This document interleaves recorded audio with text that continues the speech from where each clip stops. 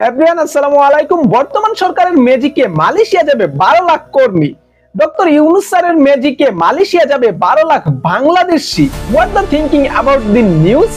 বাইরে গুজবের একটা লিমিট থাকা দরকার, বাট লিমিট ক্রস করে গুজব ছড়ানোটা তো মোটেও উচিত না। তাও আবার বাংলাদেশের বড় বড় কিছু চ্যানেল, কিছু নিউজ মিডিয়া থেকে এই নিউজগুলো আসলে অনেকটাই হতাশাজনক। মালয়েশিয়াতে আসলে এরকম কোনো নিউজ নাই।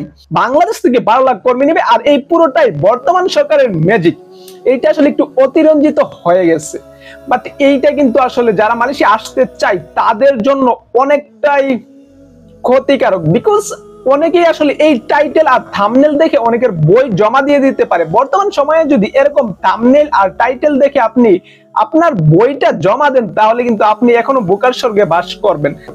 বাংলাদেশ থেকে এখনো কলিং ভিসা খুলে নাই। সম্প্রতি নেপাল থেকে আসলে একটা অ্যাপ্রুভাল পড়ছে, অ্যাপ্রুভালের বিপরীতে দেখা গেছে পরবর্তী ঘোষণা আসার আগ পর্যন্ত এই অ্যাপ্রুভালটা পাস হয়ে রয়েছে, দ্যাটস ইট।